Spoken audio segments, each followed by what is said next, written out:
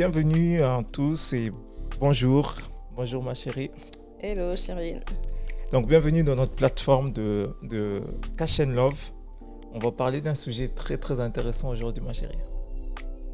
Yes. Et le sujet, j'ai envie de partager à des couples, parce qu'il y a certains couples qui nous suivent, ils savent qu'on est chrétien par rapport à notre foi. D'autres non. Et c'est un sujet qu'on va vraiment partager un peu notre foi en lien avec les finances. Ouais, c'est tellement important parce que c'est ce qui nous véhicule aussi. Hein. Tout à fait. Tout à fait. Et il y a quelqu'un qui va se poser la question, mais c'est quoi le rapport en fait entre votre foi et vos finances? Est-ce que pour toi ça te parle? Qu'est-ce que tu peux répondre en fait à un couple qui nous dit oui, l'argent, c'est quoi le rapport avec la foi en fait? Ou peut-être quelqu'un qui n'a pas la foi, hein, ce que je peux comprendre, il va se poser la question, mais pourquoi est-ce que vous allez parler de foi et finances en fait? Ouais. Alors pourquoi foi et finances? Déjà j'ai envie de dire pour nous, en tout cas pour moi personnellement, déjà je le vois comme un mandat en fait. Je crois réellement que si on est ici, ce n'est pas un hasard. Et si j'étais toi aussi comme époux, je suis pas juste là pour faire joli, on va dire. On est là ensemble parce que en fait, je crois réellement que Dieu a prévu des choses, des projets. Il y a des choses en fait qui doivent sortir de nous en fait, tout simplement. Et comme je le dis souvent, que l'argent reste un outil pour accomplir justement les projets, pour accomplir justement ce que je crois que Dieu veut faire à travers nous. Hein. Tout à fait. Et en fait, c'est ça en fait. Je dis souvent, tout dans la vie demande de l'argent en fait. Oui. Si on veut lancer une activité, ça a besoin de l'argent. Si on veut créer une association, ça demande de l'argent. Si on veut créer un orphelinat, ça demande de l'argent. Il y en a peut-être qui peuvent créer l'orphelinat. C'est un très bon projet, tu vois. Ça va aider les enfants qui ont perdu leurs parents d'être élevés dans un bon cadre, etc. Mais tu peux pas juste ouvrir un orphelinat si tu n'as pas d'argent. Aussi, Donc, alors que Dieu nous demande de prendre soin des nécessiteux. Tu vois, donc Dieu nous demande de prendre soin des nécessiteux, les personnes qui sont dans les besoins. Mais tu ne peux pas prendre soin si tu n'as pas d'argent. Exactement. Donc, comment est-ce que tu peux venir en aide à quelqu'un si tu n'as pas, en fait, si tu n'as pas de quoi subvenir en fait aux besoins?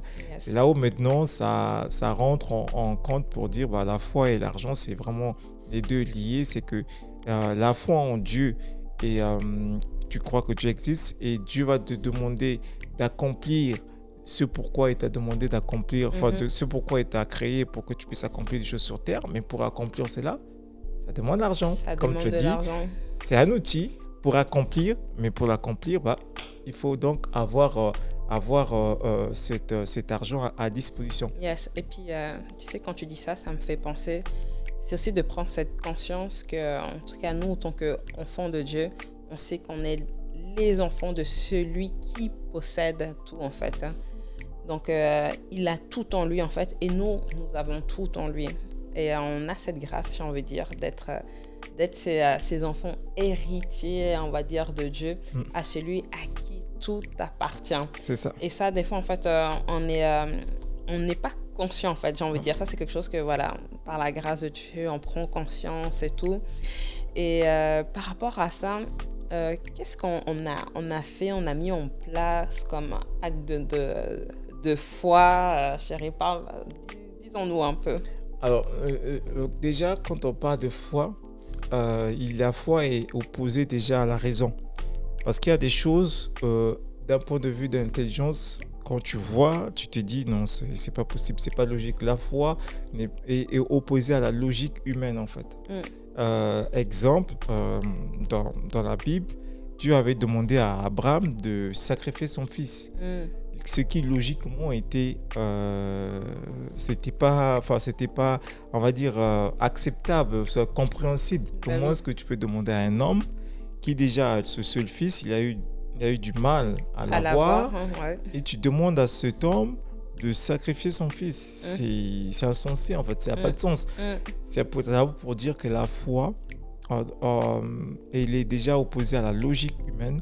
Et ce que Dieu demande de l'homme, c'est juste d'obéir, l'acte d'obéissance par rapport à ce qu'il demande avec foi. Et nous, qu'est-ce qu'on a, on a mis en place? Quelqu'un va nous écouter, il va se dire, mais c'est pas logique. Mais c'est justement ça la foi en fait. Yes. Et donc, nous, on a mis en place une des choses qu'on a compris très tôt, c'est de mettre en place la culture de la générosité. C'est d'imposer cette culture de la générosité. Et c'est vraiment quelque chose qu'on fait encore jusqu'aujourd'hui. Et on voit les fruits et on voit vraiment les retours. Et on voit vraiment comment est-ce que Dieu continue en fait à nous soutenir, à prendre soin de nous aussi. Donc une des choses, c'est assister des personnes qui sont dans les besoins. Besoins financiers, besoins matériels, peu importe les besoins. C'est vraiment venir en aide à des nécessités, en assistance financière, assistance matérielle, etc. Ça, c'est la première clé qui est vraiment très, très importante. Oui. C'est comme on avait dit, donner et il vous sera donné. Et par rapport à ce premier point, ça me fait penser pour vraiment vous donner quelque chose de concret. Il ne faut pas attendre d'avoir beaucoup, en fait. C'est ça l'erreur. Beaucoup de gens, ils veulent avoir... Non, j'ai pas assez. Donc, pas assez, quand j'aurai les poches pleines, et tout, et je vais donner. Mais en fait, la vérité, c'est que combien même tu auras des poches pleines, si tu n'as pas appris à donner quand tu avais les poches à moitié pleines ou à moitié vides, tu ne seras pas en mesure de donner. Tu ne seras pas en mesure de donner. Donc, donner. c'est juste une question de culture, en fait. Ça veut dire que plus tôt tu apprends à donner, quand tu auras les poches pleines, ça va être naturel pour toi en fait à donner. À donner, exactement. Ouais. Et puis pour ce point, ça me fait penser, pour ceux qui vont regarder dans les vidéos qu'on a déjà passées, on parle de ça, que justement on est resté pendant plusieurs années sur un seul salaire. Et on a appris justement pendant cette période.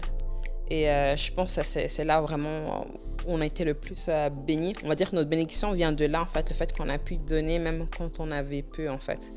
Quand des personnes ont été dans le besoin, avec le peu qu'on avait, on a donné, en fait. Tout à fait. Même ce qu'on avait reçu, je me rappelle d'une offrande sacrificielle qu'on avait fait.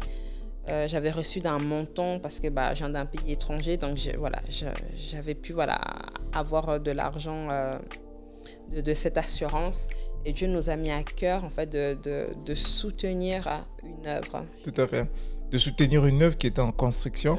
Et donc on a tout pris. Pour quelqu'un, ça va être illogique. Comment est-ce que vous prenez tout? Mais justement, c'est ça encore une fois la foi. Donc on a tout pris. On a vraiment sémé dans cette œuvre. Et lorsqu'on a sémé, sémer, ça veut dire donner simplement. Donc on a donné complètement. Et quand on a donné, on a vu, et ça correspondait à peu près à la même période où on a acheté notre premier bien immobilier. Exactement. Et d'autres choses qui se sont suivies alors qu'on avait un seul salaire. Donc des fois, les gens disent le secret, c'est quoi? C'est que le secret, on a appris très tôt aussi, c'est de donner, de subvenir aux nécessités et aussi de donner dans une bonne terre. Lorsque tu sèmes dans une bonne terre, c'est-à-dire que lorsque tu plantes ta sémence dans une terre, assure-toi que à partir du moment où la sémence est tombée dans la terre, avec la pluie, ça va pousser en fait. Donc c'était ça en fait. Donc on a eu d'autres opportunités qui sont arrivées, etc. jusqu'aujourd'hui.